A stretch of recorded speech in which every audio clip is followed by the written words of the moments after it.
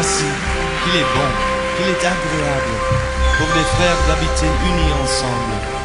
C'est comme l'huile la meilleure qui, répandue sur la tête, descend sur la barbe d'Aaron, qui descend sur le bord de ses vêtements. Au lieu de prière, une servante qui avait un esprit de python et qui, en devinant procurer un grand profit à ses maîtres, vint au-devant de nous. Elle s'est mise à nous suivre, Paul et nous. Elle criait, ces hommes sont les serviteurs de Dieu très haut, et ils vous annoncent la voie du salut. Elle fit cela pendant plusieurs jours. Paul, fatigué, se retourna et dit à l'esprit, je t'ordonne, au nom de Jésus-Christ, de sortir d'elle. Et il sortit à l'heure même. Verset 19. Les maîtres de la servante, voyant disparaître l'espoir de leur gain, se saisirent de Paul et de Silas et les traînèrent sur la place publique devant le magistrat. Ils les présentèrent aux prêteurs en disant, ces hommes troublent notre ville. Ce sont des Juifs qui annoncent des coutumes qui ne nous est pas permis ni de recevoir ni de suivre, à nous qui sommes Romains. La foule se souleva aussi contre eux, et les prêteurs, ayant fait arracher leurs vêtements, ordonnèrent qu'on les batte des verges. Après qu'on les eut chargés de coups, ils les jetèrent en prison en recommandant aux geôliers de les garder sûrement. Les geôliers, ayant reçu cet ordre, les jeta dans la prison intérieure et leur mit le cep aux pieds. On s'arrête là. Amen. Amen. Alléluia. J'avais déjà introduit ce thème depuis un temps. Le diable et ses démons aiment bâtir des forteresses dans nos vies, afin de bien se cacher, se dissimuler, pour travailler librement dans leurs victimes. Ils aiment s'aimer des mauvaises pensées, ils aiment s'aimer la confusion, ils aiment troubler les gens pour bien les contrôler. Ils poussent les gens à ignorer l'existence de Dieu et poussent les gens à chercher d'autres sources de divinité, d'autres sources spirituelles en dehors de Dieu. Pourquoi? Parce que le diable veut contrôler nos vies, il veut habiter nos vies. Et pour habiter nos vies, il fait de son mieux pour nous pousser dans l'erreur, dans la quête de la spiritualité. L'homme tombe entre les mains du diable. Ici, nous sommes dans le contexte d'un texte où l'apôtre Paul était suivi chaque jour par une servante qui avait un esprit de python et qui disait aux gens, à tout le monde, ces hommes sont des hommes de Dieu. Cette femme parlait du bien de Paul, n'est-ce pas? Elle parlait du bien des hommes de Dieu. Mais lorsqu'on analyse cette histoire, on se rend compte que ce n'était pas du bien qu'elle disait. Cette femme avait un esprit impur en elle. C'est cet esprit qui parlait. C'est-à-dire, c'est comme si elle acclamait pour qu'on puisse reconnaître Pierre et plutôt Paul. Mais ce n'était pas ça l'objectif. C'était un esprit impur qui travaillait en elle. Comme nous allions au lieu de prière, une servante qui avait un esprit de python et qui, en devinant, procurait un grand profit à ses maîtres, vint au-devant de nous. Ici, on spécifie bien un esprit de python. Amen. Les pythons, c'est quoi? C'est un serpent, n'est-ce pas? Amen. Donc, lorsqu'on parle d'un esprit de serpent, c'est un esprit de manipulation. Vous savez, les serpents, ce qu'il fait dans la Bible. Prenez Genèse chapitre 3, vous allez voir. Les serpents, c'est un manipulateur. C'est un reptile manipulateur. Nous voyons l'histoire déjà à partir de Genèse chapitre 3. Donc ici, on nous parle d'un esprit de python. Un esprit qui vient pour séduire. Un esprit qui vient pour séduire, l'esprit de python. Le diable a séduit Adam et Ève dans les jardins d'Éden. C'est comme ça qu'il les a eus dans son piège, n'est-ce pas? Et ici, si les hommes de Dieu n'étaient pas avisés, on allait les séduire, n'est-ce pas?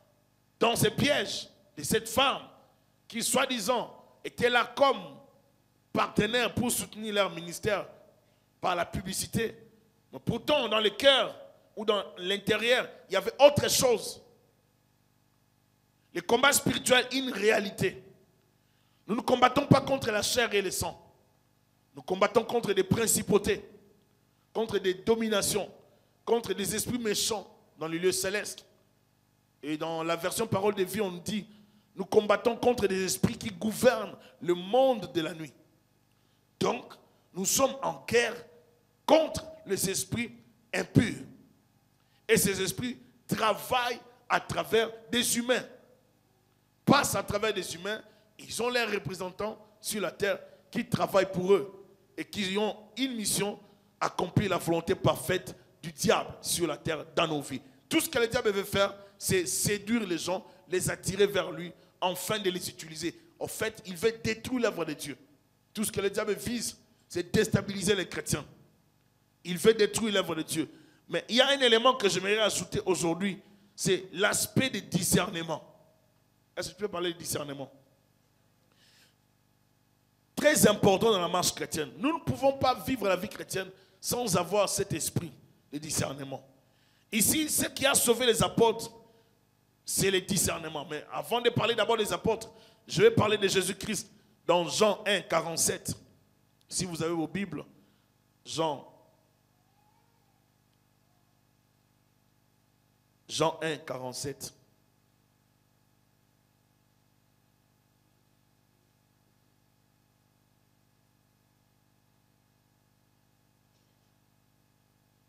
Écoutez ce qu'il a dit.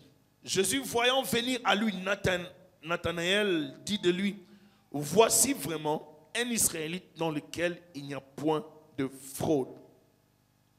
Vous voyez le verset 48. Jean 1, 48 maintenant. D'où me connais-tu? Lui dit Nathanaël. Jésus lui répondit, avant que Philippe t'appelle, quand tu étais sous les figuiers, je t'ai vu. Est-ce que vous êtes là? Nathanaël était surpris. Jésus lui dit, avant que Philippe ne t'appelle, je t'avais déjà vu. Il était surpris de voir que Christ le connaissait bien. Et il dit ceci, voici vraiment un Israélite dans lequel il n'y a point de fraude. Amen. Donc même le Seigneur Jésus-Christ a opéré dans cette sphère des dons spirituels, des discernements, des dons de révélation. Très important. En tant qu'enfant de Dieu, tous nous ne pouvons pas avoir la prophétie, la parole de connaissance, la parole de sagesse, mais nous pouvons aussi avoir le discernement. Le discernement va nous aider à savoir quelle est la personne qui est en face de nous. Le discernement va nous permettre de comprendre l'esprit qui est derrière une personne, l'esprit qui anime une personne. Lorsque Pierre va dire à Jésus-Christ, tu ne mourras pas, tu ne dois pas mourir. C'était normalement une bonne pensée, n'est-ce pas? En tant qu'humain. Mais ce n'était pas une bonne pensée par rapport à la mission que Christ avait. Amen. Donc, le discernement nous permet de comprendre quelle est la pensée exacte, ou bien qu'est-ce qui se cache derrière une phrase, derrière une pensée, derrière une action. Le combat spirituel est une réalité. Ils sont allés servir Dieu, mais ils se présentent. Une servante se présente pour faire la publicité de ces hommes. La Bible dit qui, en devinant, procurait un grand profit à ses maîtres, vint au-devant de nous et s'est mis à nous suivre, Paul et nous. Elle criait, ces hommes sont les serviteurs de Dieu très haut. Elle a dit la vérité. Mais il y avait une mission derrière ça. Lorsque le diable t'approchera, il ne t'approchera pas pour ton bonheur. Il t'approchera pour te détruire de près. Est-ce que je parle à quelqu'un? Le diable n'aime pas nous combattre de loin. Il aime se rapprocher de nous pour nous combattre de près. Je prends l'exemple. Je parlais l'autre fois avec le frère Tom, il m'a donné un exemple de son ami qui est mort. Je vais prendre cet exemple pour parler de comment les démons opèrent, les diables. Les diables, on peut te programmer spirituellement pour que tu poses des actions, mais qui sont déjà orchestrées dans le monde spirituel. On peut te pousser à investir de l'argent là où tu vas perdre de l'argent. On peut te pousser à voyager pour aller mourir. On peut te pousser à faire quelque chose qui va détruire ta vie. Le monde des ténèbres travaille avec plusieurs stratégies. C'est pour ça que nous, les enfants de Dieu, nous ne pouvons pas vivre comme tout le monde. Nous avons notre Dieu qui nous guide à travers le Saint-Esprit. Avant de faire toutes choses, connaissant que nous combattons contre les forces spirituelles, et ces forces spirituelles viennent à nous par des pensées. C'est-à-dire, ils viennent au niveau de l'esprit, et nous avons des pensées injectées dans nos vies. Ces pensées nous poussent à faire des choses. Nous pensons que ça vient de nous, mais ça vient des esprits impurs. Les démons on peut te commander à partir de l'Afrique. On te fait voyager d'ici et tu voyages. Tu pars en Afrique, tu penses que tu voyages normalement. Non, on t'a appelé. Est-ce que je parle à quelqu'un? On t'a appelé juste à partir de l'Afrique. On t'a commandé. On t'a invité, on a sollicité ton esprit. Tu payes les billets, tu pars. Pourtant, ce n'est pas un voyage béni de Dieu. Mais comme ton esprit n'est pas contrôlé par Dieu, ou tu ne dépends pas de Dieu, tu n'es pas en relation avec Dieu, les sorciers peuvent invoquer ton esprit et te mettre des pensées de voyager. Pensée de voyage. Tu sens, ça brûle dans ton cœur de voyager, alors que tu n'as pas prévu de voyager. Et tu sens, ça brûle. Dès que tu voyages, un malheur t'arrive. Dès que tu voyages, tu détruis ton foyer. Il y a un homme qui a effectué un voyage. Dans ce voyage-là, il arrive quelque part. Il n'avait pas prévu ça. Mais il s'est retrouvé qu'il est entré dans une autre relation. Et dans cette autre relation, il impose sa femme d'accepter sa rivale, en fait. Et comme sa femme a refusé, ça veut qu'il y a eu division. Est-ce que je parle à quelqu'un? Séparation, divorce. Tu peux ne pas prévoir quelque chose, mais le monde des ténèbres, l'industrie satanique, travaille de façon à te programmer à faire exactement ce qu'ils veulent que tu fasses. Et ici, cette femme était là pour séduire. Par la séduction, elle devait pousser les apôtres à poser des actes pas corrects pour saper, détruire l'image de Dieu. Elle dit, ces hommes sont les serviteurs de Dieu très haut. On peut dire, c'est une bonne personne, partenaire ministériel. Il vous annonce la voie du salut. Elle fit cela pendant plusieurs jours. Paul, fatigué, s'est retournant. C'est-à-dire, Paul avait senti, il avait compris par l'esprit que cette femme était animée par un esprit impur. L'esprit des pythons, l'esprit des serpents, ce sont des esprits qui viennent pour séduire, pour déstabiliser les gens, pour manipuler les gens, pour créer des scandales, pour pousser les gens à perdre le contact avec le Seigneur. Quand les serpents se présentent, ils vous séparent de Dieu. Il a commencé dans les jardins, il va continuer à le faire dans toute la Bible. Il vient toujours par les mensonges, il vient toujours par la séduction, la manipulation pour détruire les gens. L'esprit des serpents vient la plupart des temps dans nos pensées. Et comment? Nous avons des pensées qui jaillissent venant du diable. Et ces pensées sont contrôlées, injectées par les démons, injectées par les serpents, par le diable lui-même, pour nous pousser à vivre une vie qui n'est pas correcte. Les combats spirituels, une réalité. Si tu ne combats pas le diable, si tu ne combats pas des mauvaises pensées qui sont en toi, ces pensées vont prendre forme. Ces pensées vont te pousser en action. Ces pensées vont te pousser. Tu regardes toujours le whisky, tu n'aimes pas boire. Mais dans ton cœur, ça brûle. Dans ta tête, il y a des pensées pour le whisky. Tu ne les chasses pas, tu vas te retrouver en train de boire. Tu aimes tout le temps regarder la musique du monde. Tu passes ton temps à les suivre. Tu vas te retrouver quelque part en train de chanter dans ta tête. Tu vas te retrouver quelque part en train de danser. Ça commence toujours petit à petit. Le diable ne viendra pas brutalement pour te scandaliser. Il vient toujours petit à petit. À petit feu, il injecte tout doucement. Tu vas te retrouver en train de faire ce que tu ne pouvais pas faire en tant qu'enfant de Dieu. Et le diable vient de la sorte pour nous déstabiliser, nous empêcher de servir Dieu. Lorsqu'il voit des gens servir Dieu correctement, le diable ne les supporte pas. Il voit une paix dans une famille, il ne les supporte pas. Il doit créer quelque chose. Ces hommes étaient en mission.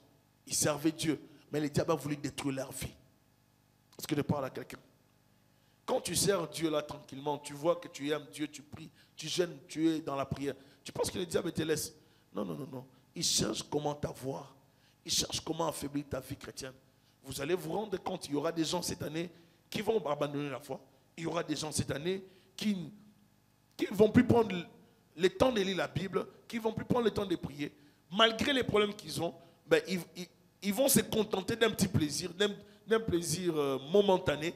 Ils auront les yeux axés ailleurs, oubliant leur réalité spirituelle, leur réalité familiale.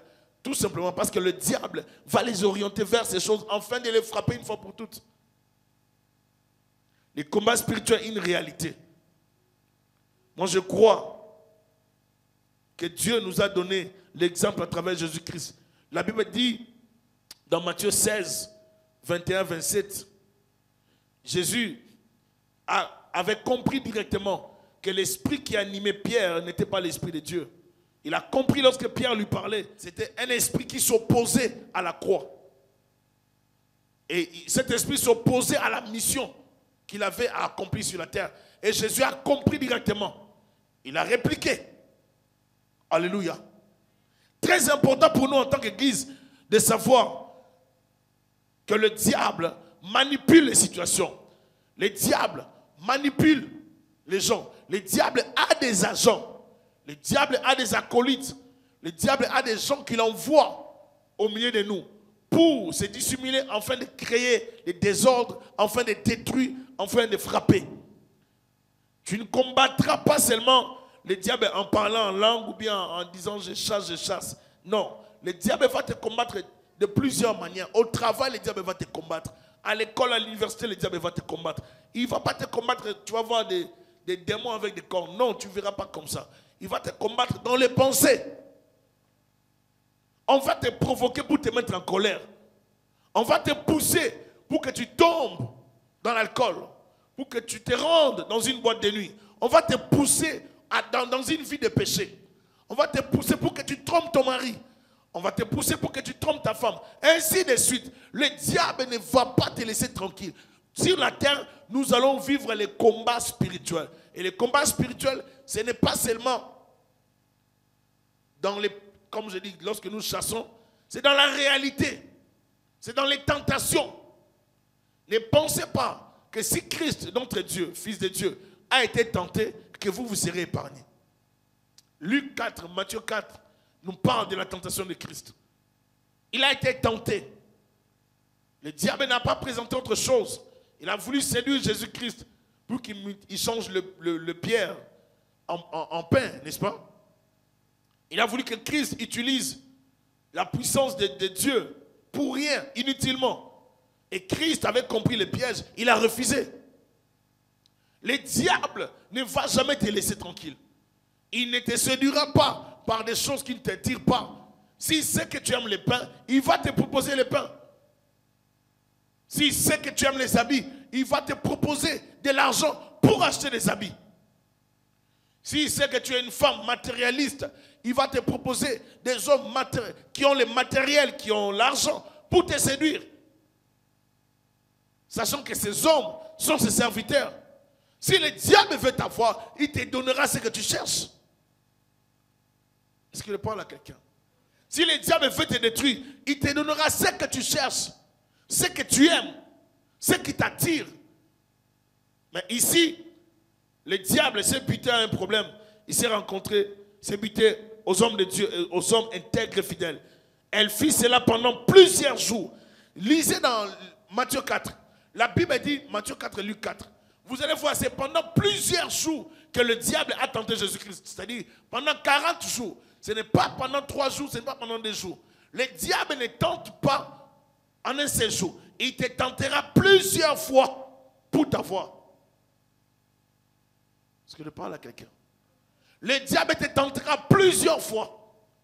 Il fera de son mieux pour t'avoir. Si il n'arrive pas à t'avoir à travers les œufs, ils vont chercher à t'avoir à travers les poissons. S'ils n'arrivent pas à travers les poissons, ils vont chercher à t'avoir à travers la boisson. Ils vont chercher à t'avoir à travers l'argent. D'une manière ou d'une autre, le diable va tout faire pour détruire ta vie. Parce qu'il ne veut pas que tu sois prospère, que tu sois dans la paix, que tu puisses servir Dieu tranquillement. Le diable ne va pas supporter ça. Si hier tu as remporté une victoire, cela n'est pas une occasion pour toi de baisser les bras. Si hier tu as remporté une victoire dans un domaine donné, cela ne veut pas dire que tu dois baisser les bras. Tu dois garder la vie de prière. Alléluia.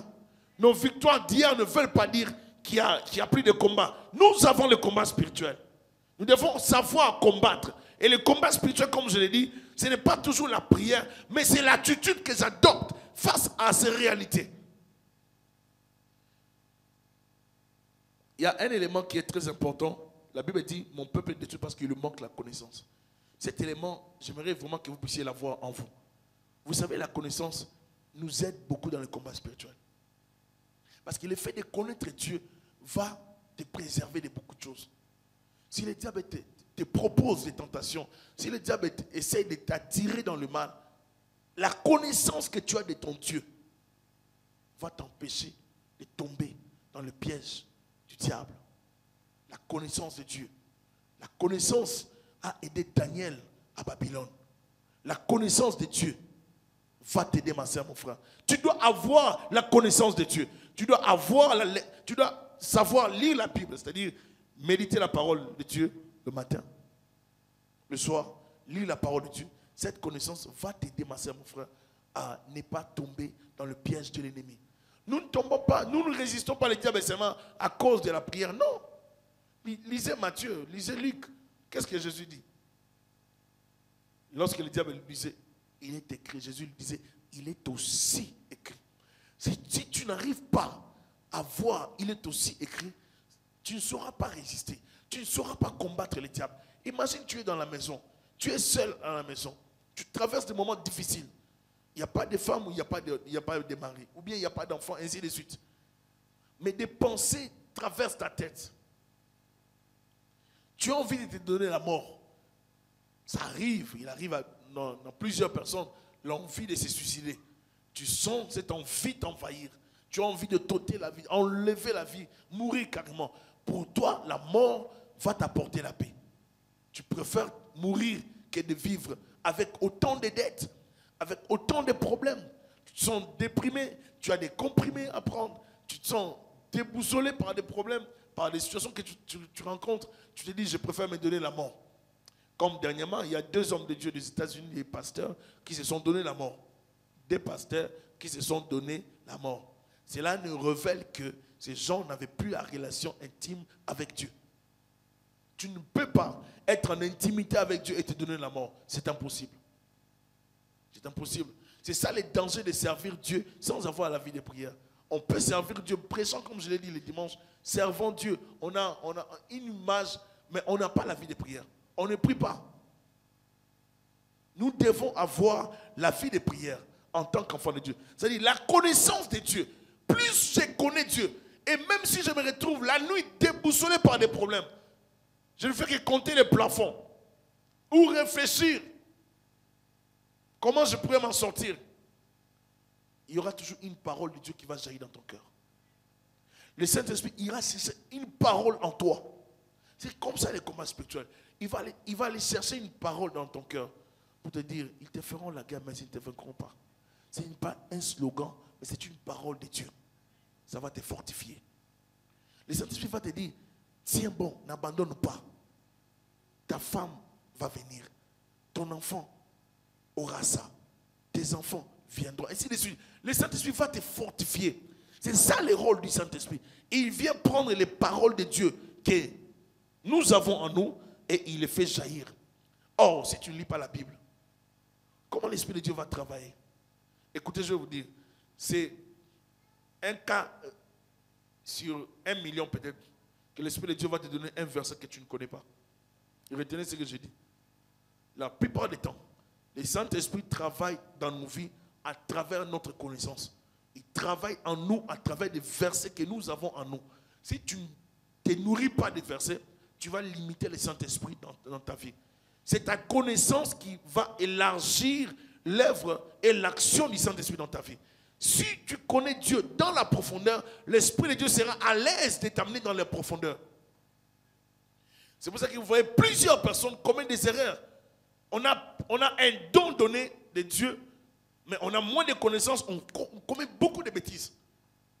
Beaucoup de bêtises, tout simplement parce que la connaissance aide dans les combats spirituels. Vous ne pouvez pas combattre le diable tout en ayant la haine dans le cœur. Vous ne pouvez pas combattre la sorcellerie. Vous avez une haine satanique, diabolique envers les gens. Tu as envie d'empoisonner les gens. Tu as envie de tuer quelqu'un. Mais tu dis, moi je combats, moi je suis dans le ministère de combat. Moi je suis quelqu'un qui aime combattre les ténèbres. Moi les sorciers ne jouent pas avec moi. Non. Les sorciers ne jouent pas avec toi, mais par ton attitude d'abord, ton cœur d'abord. Ce qui neutralise les démons, ce n'est pas beaucoup de paroles. Ce qui neutralise le diable, c'est que le diable ne doit rien trouver de lui en toi. Il ne doit rien trouver de lui en toi. Si le diable arrive à trouver quelque chose de lui dans ta vie, crois-moi ma soeur, mon frère, il va te contrôler. Jean 14, verset 30. La Bible dit, je ne parlerai plus guère avec vous, car le prince du monde vient. Le prince de ce monde vient. Il n'a rien en moi qui lui appartienne. Mais c'est pour que le monde sache que j'aime le Père et que je fais ce que le Père m'a commandé. Levez-vous, partons d'ici. Le diable n'avait pas trouvé en Christ quelque chose qui lui donnait droit légal d'opérer. C'est-à-dire qu'il ne trouva aucune forteresse, aucune mauvaise pensée, aucune jalousie, aucune haine, aucune mauvaise disposition d'esprit. Chaque fois qu'il y a péché, le diable se nourrit de cela. Il aime le péché. Chaque fois qu'il y a mensonge, les démons se nourrissent de ça. Ils aiment ça. L'habitude de péché devient souvent la demeure d'un esprit démoniaque qui influence les chrétiens, qui influence la personne. Si vous avez l'habitude de mentir, ben l'esprit de mensonge va vous envahir. Vous aurez un esprit qui va vous donner la force de mentir. Je vous ai donné l'exemple d'un monsieur qui me disait, pasteur, prie pour moi parce que je ne sais pas, mais j'aime mentir à un niveau très élevé. Je mens beaucoup.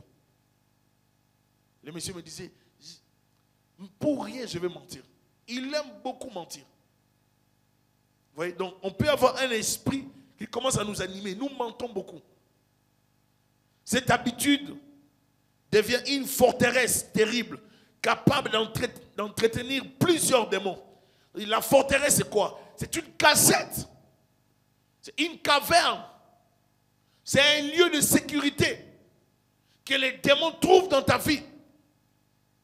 C'est un lieu où ils sont très à l'aise d'opérer.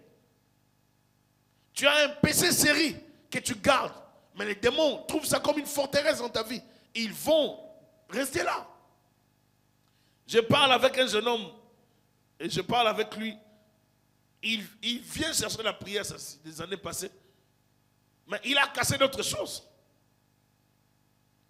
Et comme il avait cassé d'autres choses, la délivrance ne pouvait pas se faire comme ça. On commence à prier, on prie, on arrive à un certain moment. Les démons voulaient tuer la personne. Il étouffait tellement. Je me suis dit, on va perdre cette personne dans la délivrance. L'esprit ne sort pas, mais l'esprit résiste, mais étranglant la personne. On a prié, le Seigneur a ramené la personne dans son bon sens. Et on pose la question à la personne, c'est alors que la personne va avouer la vérité. Est-ce qu'elle parle à quelqu'un? Oui, j'avais caché ça parce que je ne voulais pas dire ça, parce que je ne voulais pas dire ça. On cherche la délivrance, mais avec beaucoup de mensonges à côté. On veut que Dieu nous délivre, mais on ment. On veut que Dieu travaille dans nos vies avec beaucoup de mensonges. Dieu ne travaille pas comme ça. Est-ce qu'il parle à quelqu'un? Si tu n'es pas vrai, tu empêcheras l'œuvre de Dieu dans ta vie. Si tu n'es pas vrai, tu empêcheras le Saint-Esprit de travailler dans ta vie. Tu dois apprendre à être vrai toi-même envers Dieu. Est-ce qu'il parle à quelqu'un? Amen. Il faut savoir comprendre l'état dans lequel on se retrouve. Lorsqu'on veut combattre, on ne combat pas n'importe comment. Est-ce que ton état te permet de combattre? Tu es dans quelle position spirituelle? Est-ce que ton état inquiète les démons? Est-ce que toi tu inquiètes les diables? Parce qu'ici, Paul inquiétait les démons. Ici, Paul dérangeait le travail du diable. Est-ce que toi, tu es un danger pour le royaume des ténèbres? Il y a des gens, lorsque le diable les regarde, ils disent, ah, lui là, laissez-le tranquille. Il y a des gens qui ne sont même pas combattus par les démons. Les démons ne les combattent pas, ils les contrôlent. C'est-à-dire, tes prières s'arrêtent seulement, tu vois, là, si tu es dans un immeuble, où tu es au 4e niveau, bien, tu es au rez-de-chaussée, ça ne sort même pas de ton immeuble. Ça ne traverse rien, surtout même pas l'immeuble. C'est-à-dire, le diable sait que ta prière là, ton Dieu là ne va même pas exaucer ça. Parce que tu es tellement sale, parce que tu fais tellement de mauvaises choses, tu vis tellement dans le mensonge. Et quand le diable vient, il trouve des choses qui lui donnent droit d'opérer dans ta vie, en toi. Il va rester. Qu'est-ce que tu as du diable dans ta vie? Qu'est-ce que tu as de Satan en toi? Qu'est-ce que tu entretiens? Nous entretenons souvent des choses qui donnent droit aux démons, aux sorciers d'opérer dans nos vies. Qu'est-ce que tu entretiens dans ta vie?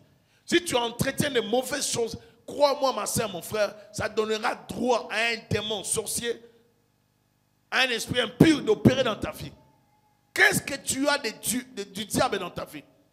Sors tout ce que tu n'as pas de Dieu, tout ce qui est du diable dans ta vie. Sors les mensonges, sors les vols, sors l'impudicité, sors les mauvaises choses de ta vie. Tout ce que tu entretiens du diable donnera droit au démon.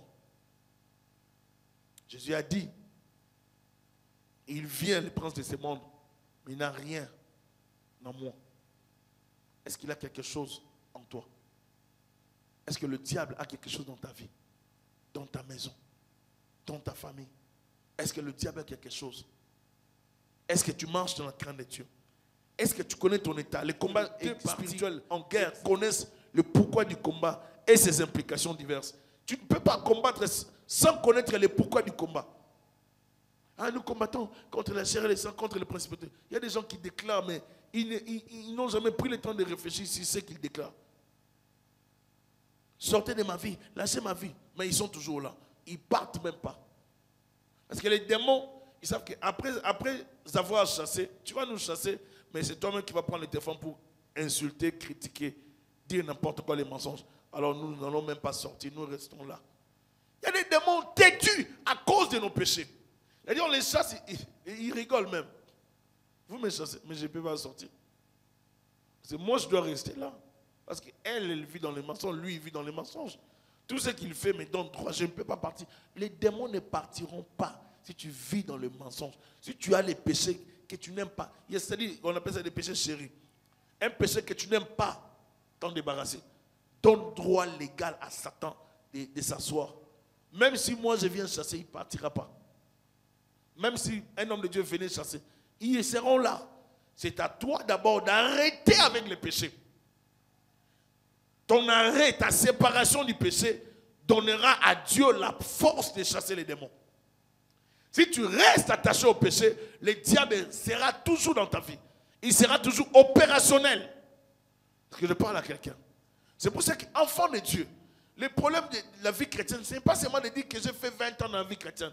J'ai fait 15 ans dans la vie chrétienne. J'ai fait 10 ans. Moi, je suis servante de Dieu. Moi, je suis serviteur de Dieu. Dans mon église, je modère. Dans mon église, je fais ceci ou cela. Ça ne fait rien.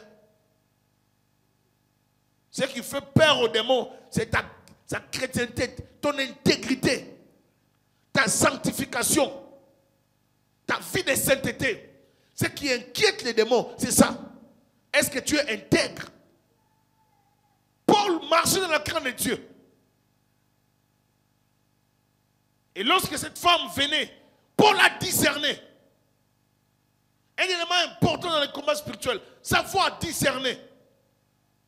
On t'appelle, on t'annonce une mauvaise nouvelle. Ça te met dans des états. Quelqu'un a dit, quelqu'un a parlé, quelqu'un a parlé. Quand tu réfléchis aussi bien. N'appelle pas avec la colère. Tu appelles sans te maîtriser. Tu commences déjà à insulter. Je t'appelle aujourd'hui. Tu n'as pas la personne, tu laisses tes messages dans les répondeurs. Faites attention. Ça va te créer des problèmes. Tu laisses ces messages dans les répondeurs. Aujourd'hui, je te laisse ces messages. Rappelle-moi. Si tu n'appelles pas, tu verras. Si je te croise dans la rue, tu vas voir ce que je vais te faire. Ici au Canada, on va t'arrêter. Il y a la police. Tu ne peux pas laisser ce genre de messages. Et surtout si tu es chrétienne. Imagine maintenant, sous ta colère, tu laisses des messages bizarres. Mais après ta colère, on prend ces messages-là, on fait entendre à d'autres personnes qui t'ont considéré. On va te prendre comment? Amen. C'est pour ça qu'il faut avoir la maîtrise de soi, la maîtrise de sa langue. Les combats spirituels, ce n'est pas seulement, comme je dis, on vient à l'église, on prie, on prie, on prie. Ça, c'est l'autre aspect. Mais dans la vie quotidienne, dans la vie de tous les jours, comment tu vis avec ton mari? Comment tu vis avec ta femme? Comment tu vis avec ta famille? Comment tu vis avec les autres? Toi, ton rôle, c'est toujours détruire les autres. Il y a des gens qui ont les soucis de paraître, qui veulent tellement salir les autres pour paraître. Il va te salir beaucoup, il va te salir, dire des choses sur toi. Mais toi, reste calme. Dans les combats spirituels, ces genres de personnes, on les traite dans la prière. Alléluia. Quelqu'un qui te combat, qui te salit, traite les cas de ces problèmes, de cette personne dans la prière, dans la chambre. J'ai compris une chose. Dans certaines choses, il ne faut pas réagir. Certaines situations, ne parlez pas. Taisez-vous. Il faut apprendre que la victoire peut venir aussi dans les temps. Parce qu'il y a un élément important que nous devons savoir, c'est la justification. À part la justification divine que nous obtenons lorsque nous devenons des chrétiens, Dieu nous justifie aussi dans plusieurs situations de la vie terrestre. Un problème peut t'arriver. Tu ne sais pas comment te justifier. Tout le monde te condamne. Mais qu'est-ce que tu dois faire? Consulte Dieu. Le Dieu qui est au trône va te justifier. Alléluia. Dans certaines situations, laisse Dieu te justifier. Ne cherche pas à te justifier. N'appelle pas 1 million de personnes. Ne fais pas une vidéo pour mettre sur YouTube. Laisse Dieu te justifier. On te combat, garde le silence. Garde le silence. Entre dans la chambre, pleure devant Dieu, mais pas devant les gens. On dit que tu ne crains pas Dieu, ce n'est pas un problème. Entre dans la chambre, pleure devant Dieu. On te détruit, on te salit, ce n'est pas un problème. Toi, entre dans la chambre. Je traite les problèmes dans la chambre. Lorsque tu veux prier, entre dans la chambre, ferme la porte. Jésus dit qu'il n'y ait pas la distraction. Ce n'est pas à toi la distraction. Ferme la porte. Sois déconnecté des distractions. Et dans la chambre, tu parleras au Père Céleste. Entre dans la chambre. On te fait du mal, entre dans la chambre. Il y a certaines situations qui nous arrivent, des soucis. Nous devons nous en débarrasser. Parce que le diable envoie ces choses pour nous déstabiliser spirituellement, moralement. Dès que tu es déstabilisé moralement, spirituellement, tu seras faible. Et le diable le sait. Est-ce que je parle à quelqu'un? Alors, si moralement tu es déstabilisé, spirituellement, tu n'auras pas la force de prier. Si tu as les soucis aujourd'hui, on te chasse du travail, ou tu perds un être proche, est-ce que tu auras la force de prier 1 heure du temps ou 30 minutes? Non. Parce que si moralement tu as des soucis, tu ne pourras pas. Bien, tu aimais une femme vraiment qui t'a dit non, elle t'a lâché. Ou bien un homme qui t'a dit non. Vous vous séparez, maintenant va prier. On va te regarder. Va faire 1 heure du temps. Dis Seigneur, je t'adore, je t'aime, tu es tellement bon Dieu. Oh Seigneur, va faire la prière. Tu ne vas pas prier. Tes pensées seront où? Tes pensées seront où? Sois en l'aise. Envers la personne que tu aimes. Donc tu vas même oublier Dieu pendant un moment. Ah, je ne vais pas prier, mon cœur me dérange. C'est comme ça que tu vas dire. Pourquoi? Parce que tes pensées influencent le somme à le corps. Et le corps réagit aussi. Maintenant, la dimension spirituelle de l'enfant de Dieu, c'est de transcender tout ça. Nous devons transcender. J'ai des problèmes qui peuvent m'amener à la dépression, mais je gère ça. J'ai des situations qui me troublent, qui peuvent m'amener à perdre les nerfs, mais je gère ça. Dans les combats spirituels, Dieu nous dote des capacités à gérer n'importe quelle situation. Rien ne peut nous troubler. Nous devons avoir la maîtrise de soi. Apprendre à gérer les problèmes. Nous avons des dettes terribles, mais je les gère. J'ai des difficultés financières, je les gère. J'ai des problèmes, des échecs à gauche, à droite, je les gère. Je reste dans la prière. Il faut se fortifier, rester solide, rester fort. Cette femme tournait autour des apôtres avec une mission, les déstabiliser. Et quand l'apôtre va chasser l'esprit, le maître de cette femme vont réagir.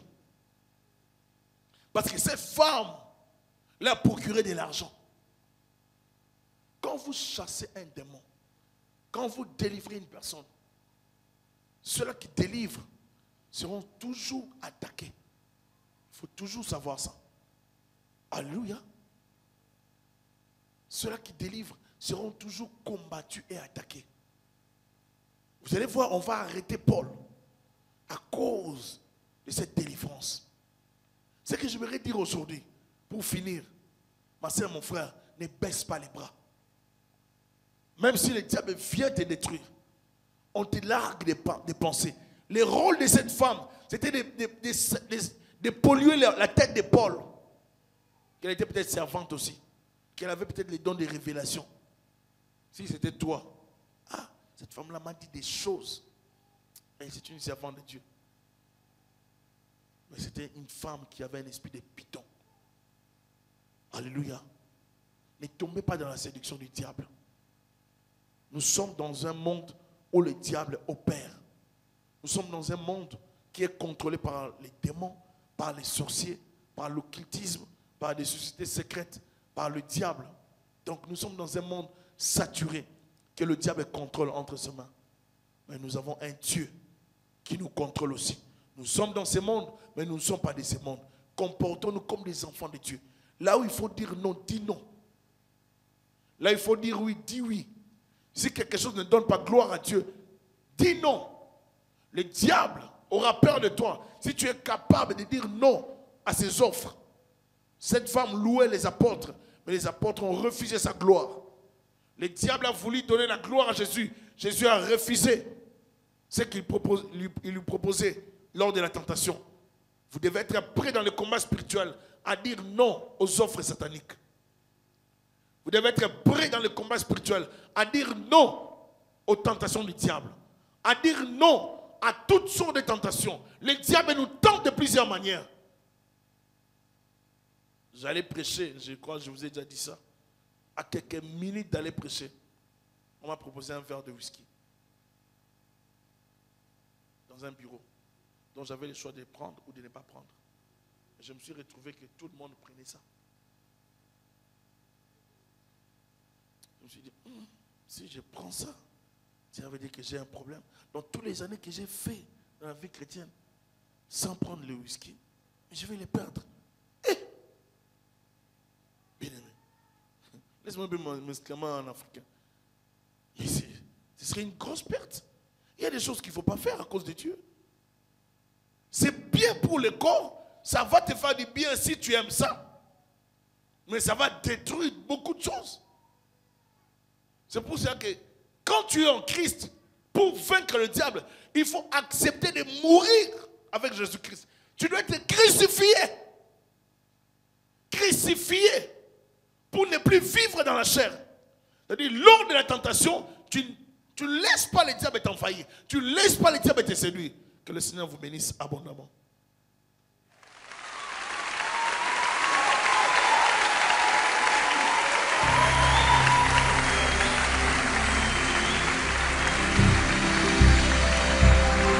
Voici qu'il est bon, qu'il est agréable pour les frères d'habiter unis ensemble. C'est comme l'huile la meilleure qui, répandue sur la tête, descend sur la barbe d'Aaron. Il descend sur le bord de ses vêtements. C'est comme la rosée de l'Hermon qui descend sur les montagnes de Sion. Car c'est là que l'Éternel donne la bénédiction, la vie pour l'éternité. Sein de notre Dieu, de l'infini des cieux, descend de son saint lieu sur nous. Le flot de son amour, que tant de paix en tout, de bienveillance et de grâce envers nous.